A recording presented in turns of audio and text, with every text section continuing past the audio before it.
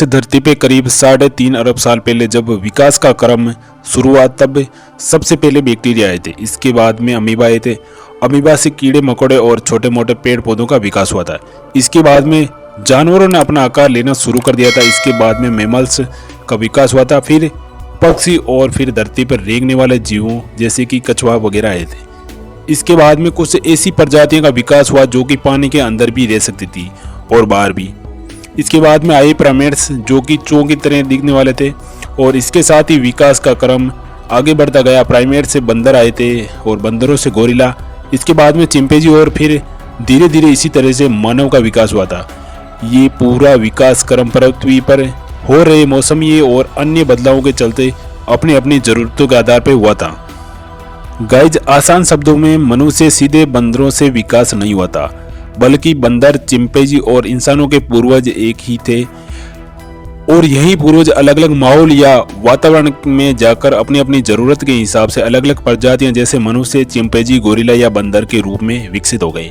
यानी हम इंसान, गोरिल्ला, चिंपैंजी, बंदर आदि सभी एक ही फैमिली ट्री का हिस्सा है जिसकी मुख्य शाखा, जड़ या बीज एक ही है और इसी कारण से इंसानों का डीएनए बंदर और चिंपैंजी से काफी मिलता जुलता है।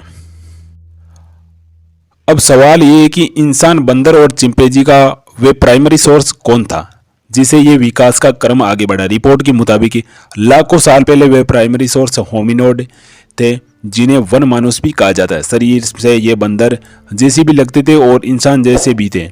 ये झुककर चलते थे और ज्यादातर समय ये पेड़ों पे ही रहते थे। इसी के साथ इनके हाथ जो है लंबे होते थे। इस प्राइमरी सोर्स में कपीएप्स परिवार की ये वे नस्ल या प्रजाति शामिल थे जो कि मनुष्य या मनुष्य जैसी हो। इसमें मनुष्य, चिंपैंजी, गोरिल्ला और ओरंगटाउन आदि वंश थे। जब धरती की संरचना और उसके मौसम में तेजी से बदलाव हो रहे थे तब पेड़ पौधों की कई प्रजातियां खत्म हो रही थी तो वहीं कुछ नई प्रजातियों का विकास हो रहा था। कहीं धरती बेहद गर्म हो रही थी और कई अन्य तरह के बदलाव हो रहे थे। इन बदलावों के चलते जीवों की कई प्रजातियां खत्म होती जा रही थी तो वहीं जो जीव या जानवर खुद को इस बदलते वातावरण के अनुसार डाल रहे थे या अपना स्थान बदलने की कोशिश कर रहे थे, उनकी अलग अलग से प्रजातियों का विकास होने लगा। जैसे कि इंसान, पेड़ों पर रहने वाली पिरोलपिथिकस प्रजाति जिसे इंसानों का पूर्वज कहा जाता है। ये पेड़ों पर उछल कूद करने वाले बंदर थे। इन्हें की आगे कई पीढ़ियां जो खुद के विकास के लिए पेड़ों के नीचे उतरकर जमीन पर चलना शुरू कर दिया था। आर्डिपिथिकस जिसे मनुष्य की शुरुआती पूर्वजों में से एक माना जाता है, नई जगह और भोजन की तलाश के में पेड़ों से उतरकर जमीन पर आए थे।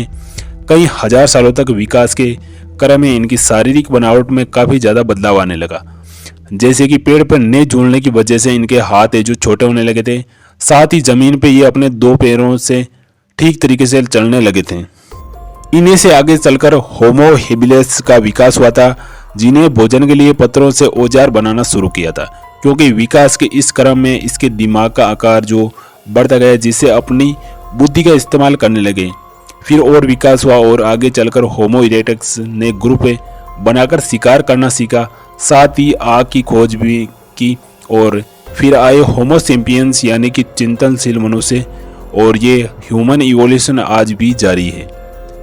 अब सवाल पूछा जाता है कि इस थ्योरी से आज के बंदर और चिंपैंजी या गोरिल्ला में क्यों नहीं हो रहा है बदलाव, जब उस समय के होमिनिड या बंदर बिना किसी को देखे खुद ही धीरे धीरे सब कुछ सीख गए, तो आज के बंदर या चिंपैंजी इंसानों को देखकर क्यों नहीं सीख पाते। तो इस जवाब का कुछ यूं मिला कि प्रकृति में किसी प्रजाति में इवोल्यूशन या विकास तभी होता है जब उसे विकास की जरूरत होती है। होमिनिड में इंसानों का विकास इसलिए हुआ क्योंकि उन्होंने पेड़ से उतरकर जमीन पर चलने का रास्ता चुना था। वे अपना जीवन बचाना चाहते थे, इसलिए उन्होंने खुद के में विकास किया। लेकिन गोरिल्ला या चिंपैंजी को ऐसा करने की जरूरत महसूस नहीं हुई। वे पेड़ों पे ही खुश है और इसलिए वे अपना विकास करके इंसान बनने की कोशिश नहीं करते। लेकिन अब सवाल ये है कि आज के बंदरों को इंसान बनने की जरूरत महसूस क्यों नहीं हो रही है। जब तेजी से जंगल कटते जा रहे, जंगली जानवरों का तेजी से शिकार हो रहा है, जंगल में आए दिन भयंकर आग लगने की घटनाएं हो रही है, यहाँ तक कि कुछ प्रजातियां तो लुप्त प्राय जानवरों तक की कैटेगरी में शामिल हो चुकी है। ऐसी परिस्थिति में आखिर किसी बंदर, चिंपैंजी या गोरिल्ला ने ये कैसे सोच लिया कि अभी हमें तो विकास की ज़रूरत नहीं है, इसलिए अभी हम इंसान नहीं बनना चाहते हैं। दूसरी बात है कि अगर आप अफ्रीका के जंगल में जाकर देखेंगे तो पाएंगे कि आज भी जंगलों में जो आदिवासी रहते हैं वे किसी भी तरह के दूसरे वातावरण या माहौल को सहन नहीं कर पाते हैं, न ही वे अपनी स्थिति को बदलना चाहते हैं। अंडमान निकोबार द्वीप समूह में रहने वाले जारवा आदिवासियों के लिए कहा जाता है कि ये आदिवासी करीब 50,000 सालों से मुख्य समाज से कटकर जंगल के बीच रह रहे और बेहद खतरनाक है। अगर जंगलों में रहने वाले आदिवासी को शहरी वातावरण में लाने की कोशिश की जाती है तो वे ज्यादा दिन तक जीवित नहीं रह पाता है।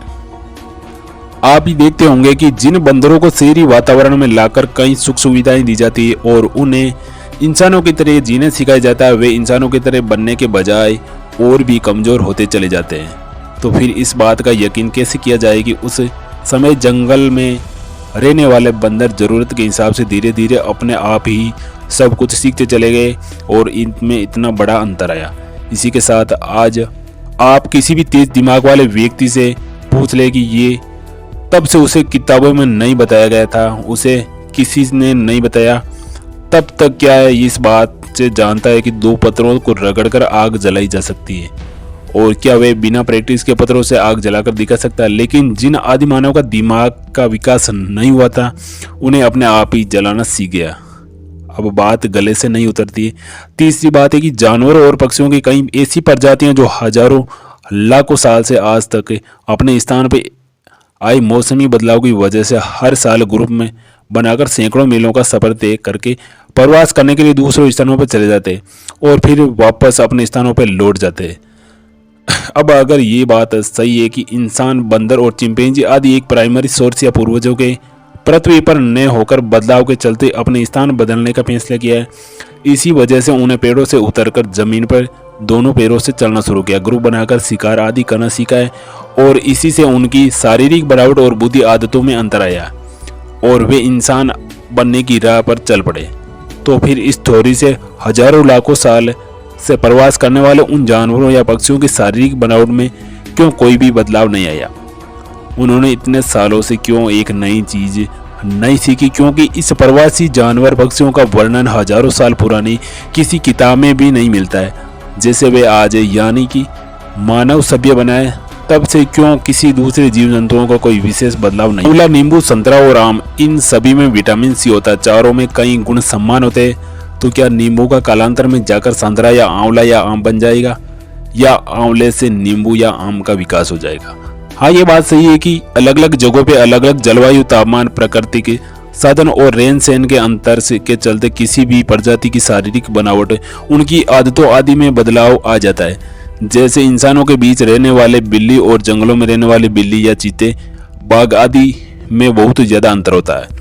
और यही बात हम इंसानों में भी है कि लेकिन अंतर इतना बढ़ जाए कि कोई जानवर ही इंसान बन जाए या किसी प्रजाति पूरी तरीके से बदल जाए, इस बात पर यकीन करना बहुत ही ज़्यादा मुश्किल है। और कुछ इसी तरीके से जो इंसानों के बनने की प्रक्रिया का जो निर्णय था वो पूरा, क्योंकि जंगलों में रहने वाले बंदरों से लेकर इंसानों तक का सफ़र है जो कुछ इस तरीके से रहा था।